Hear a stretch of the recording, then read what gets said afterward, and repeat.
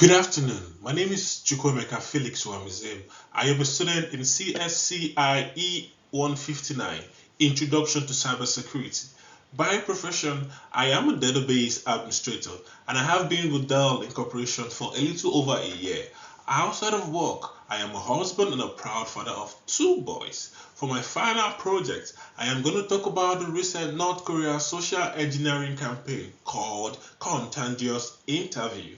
It involved the creation of fake skill assessment portals targeted towards IT job seekers. As someone who was a victim of such a campaign, I believe this topic will be relevant for many of my fellow classmates.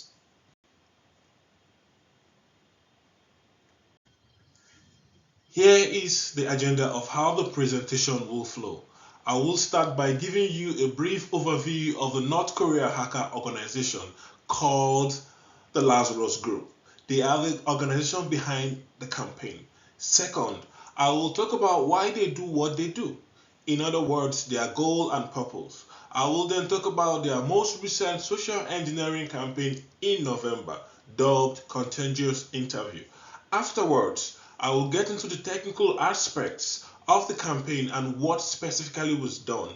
Lastly, I will conclude my presentation with potential solutions multinationals, IT job seekers, and government can implement to prevent or slow down these types of campaigns in the future.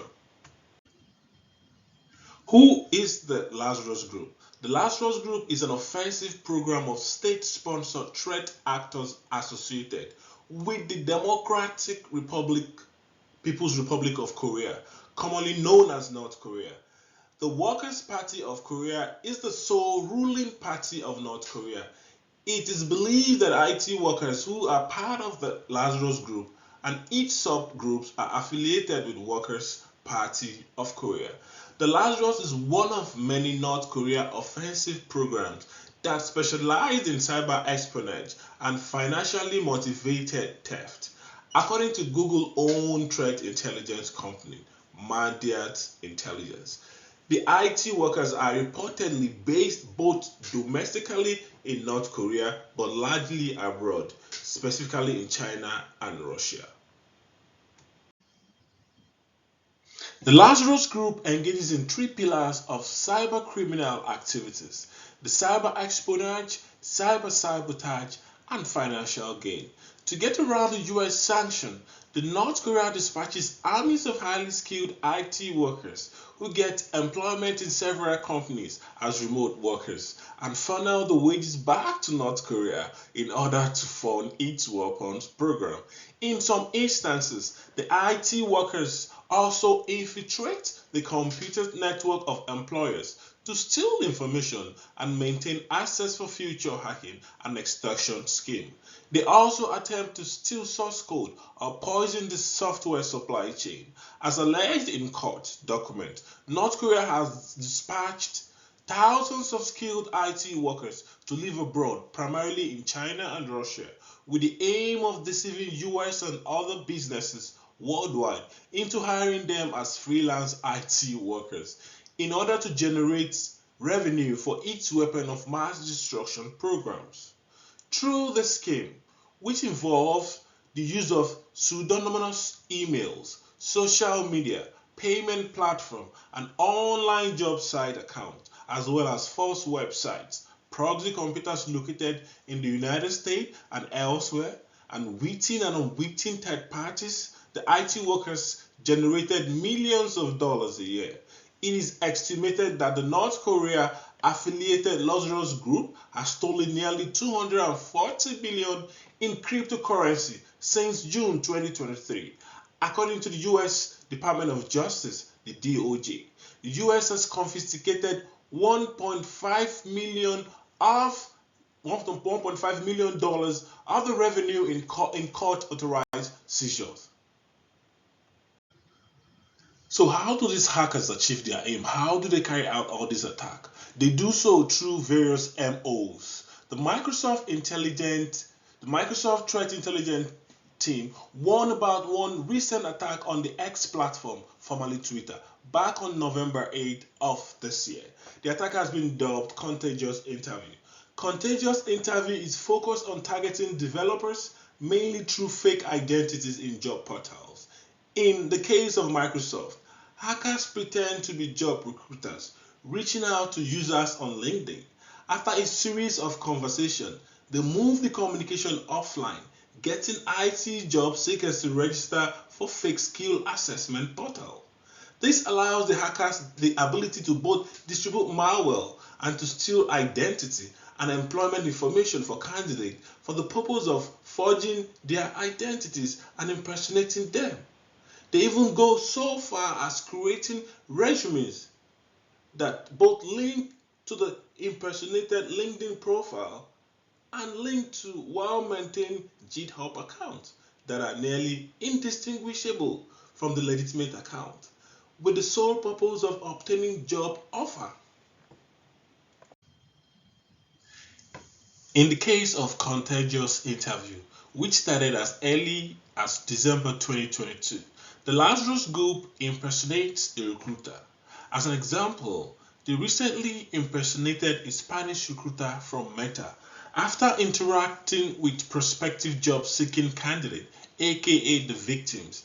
They eventually conduct an online job interview, which typically involves a skill assessment or coding challenge. The victim goes to the fraudulent skill assessment portal, which looks legitimate. The portal or coding challenge is hosted on a third-party cloud storage platform. The victim is then convinced to execute the test file. In the case of Contagious Interview, victims were downloading and installing malicious npm packages from GitHub.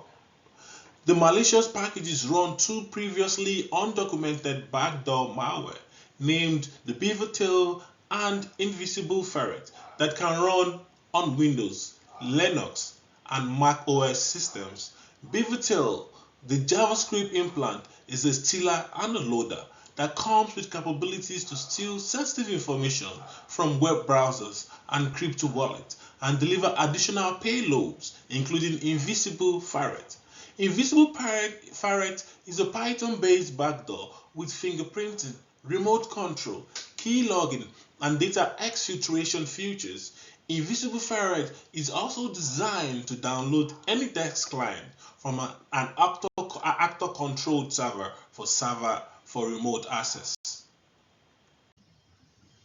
The Contagious Interview campaign underscores the need for vigilance against social engineering and the importance of regular security updates to combat evolving threats. So what can multinationals, IT job seekers, and governments around the world do to combat these efforts? In the case of multinational companies with job portals such as LinkedIn, first and foremost, employee awareness and training programs are very crucial. They should conduct regular training seasons to educate employees about the tactics used in social engineering attacks, emphasizing the importance of skepticism and caution when interacting with unsolicited emails or messages. Employees should be vigilant and verify whom you are hiring. And thirdly, ensure you are following guidelines proposed by the National Institute of Standard and Technology regarding how to defend against attacks like this. For IT job seekers, install and maintain antivirus software. If the phishing attack aims to install malware on your computer, up-to-date antivirus software may help prevent the malware from installing. Secondly, use email filters. Many email services have configurable filters that can help prevent many phishing messages from ever reaching your mailbox. If possible, implement email authentication technologies such as XXX that verifies where messages originated from and can reject messages that are spoofed. Exercise due diligence to confirm the existence and legitimacy of companies offering job interviews, and also confirm that prospective interviewers work for the companies they claim to represent. Beware of downloading and installing unusual types of communication software or downloading software packages as prerequisite for obtaining an interview. For government should seize fraudulent domains as a means to help protect companies from unknowingly hiring bad actors and potentially damaging their businesses. Government should partner with multinationals to knowledge share threat information and enhance public-private partnership.